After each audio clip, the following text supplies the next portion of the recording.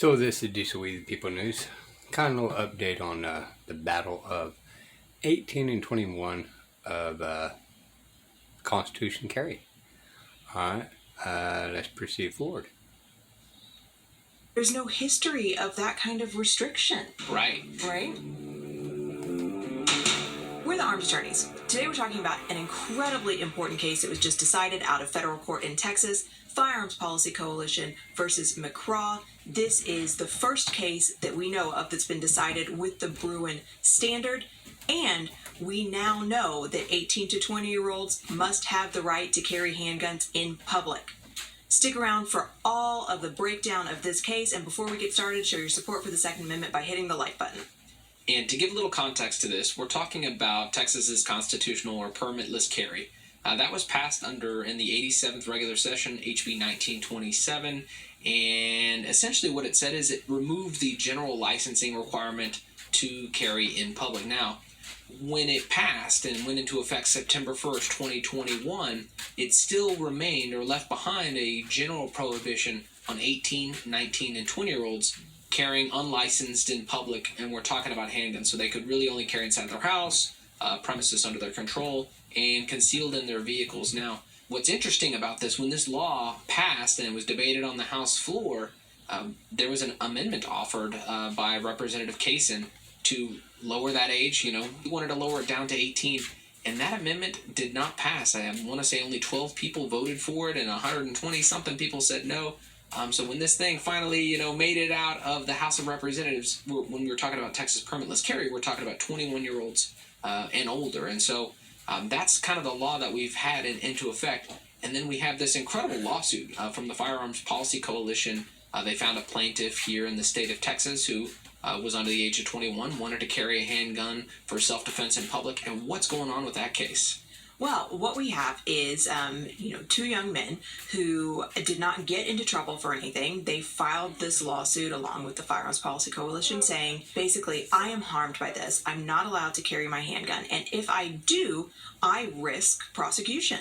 And that's enough to give you standing. So they have good standing for the case. And we had what cross-filed motions for summary judgment. Basically, the state of Texas filing to say, you don't have standing, right? No harm has occurred. You have to get arrested first, basically. Right. And go from there. Now, there's video I talked about public and private. So public, they more along the lines that the state of Texas was correct. But on the private side, they're incorrect. All right, so we got to know the difference. Because the intent on the private side, there's harm. On the public side, or the public side, there has to be harm done first. So you got to wait to be a victim before you have standing. And the private side, you don't have to wait. Just a mere intent is harm. And then we had the Firearms Policy Coalition filing on motion for summary judgment based on New York State Pistol and Rifle versus Bruen, and this brand new standard that we must impose, not our two-step old standard, this brand new history and tradition standard for Second Amendment violations. And the judge granted Firearms Policy Coalition's motion for summary judgment, said that we must allow, based on New York State Pistol and Rifle versus Bruen, we must allow 18 to 20-year-olds to carry in public because there's no history of that kind of restriction. Right. Yeah, and the court went on to rule that this general prohibition on 18, 19, and 20-year-olds, as so far as it's contained in the Texas permitless carry scheme, that the state of Texas is enjoined, that officers, that agents for the state, they can no longer enforce the law as written, and that we would need to allow 18, 19, and 20-year-olds to be allowed to carry handguns generally in public for purposes of self-defense. Now, That being said, y'all, it's been well established 18 as you're allowed to be a militia, and it's anytime in particular type of wars, it's been well established that 18-year-olds are allowed to bear arms. in the Army. You're allowed to go in the Army, bear arms, and all this kind of stuff. So it's been well established 18-year-olds are constitutionally allowed to.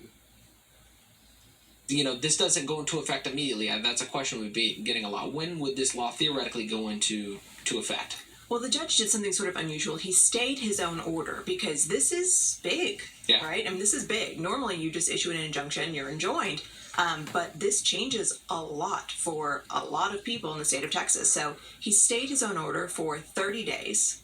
Or let's say that the state of Texas appeals, and then as part of the appeal process, there's, the appellate court's going to issue a stay until the appellate process plays out, basically. So either or, 30 days, or based on what happens in the appeals process until the appellate process has played out. Now, if that's the case, my gut says, given the fact that we start our legislative session here in January, Right. That we probably legislate this before it makes its way through the Fifth Circuit. I don't know. Yeah, that's the destination of this case. If it, ultimately gets appealed by the state of Texas, it would go to the Fifth Circuit Court of Appeals. But we reached out to Representative Matthew Schaefer. He was the primary author who led the charge on Texas permitless or constitutional carry going into effect. We asked him, his reaction to the news from this court, and he said, do 18-year-olds have full constitutional rights or not? I say yes, and the Second Amendment is clear. A country that can compel you to defend your country in war must allow you to defend yourself at home. So that's from Representative Matt Schaefer's take on, what the court has, essentially said in this case, which is very interesting. But that's not the end of the road yet, because the court did give the state of Texas a few outs. And so what's kind of the rest of the story here? Yeah, well, so let's talk about how Texas can fix this, because the Right? I've talked about trickery of words. court didn't just say 18, 20-year-olds can do whatever they want. He sort of laid out in his opinion, this is how you fix the problem. And I'll just sort of tick them off, and then you can expand on them if you care to. So we could just allow full constitutional carry for 18, 20-year-olds. Great. Easy. Fixes the problem. Easy. If we didn't want to do that, but we would allow them to get licenses, handgun licenses, that would also fix the problem. Because the problem here isn't they aren't allowed to constitutional carry. It's they have no avenue to be able to carry. So we could potentially say, look, 18 to 20-year-olds, you can't carry unless you're licensed. That would be fine. Or they could pick a lane. Now, that being said, it's a kind of tricky one, too, because now the 18-year-old is going to say, okay, now you're discriminating against me of my age, right?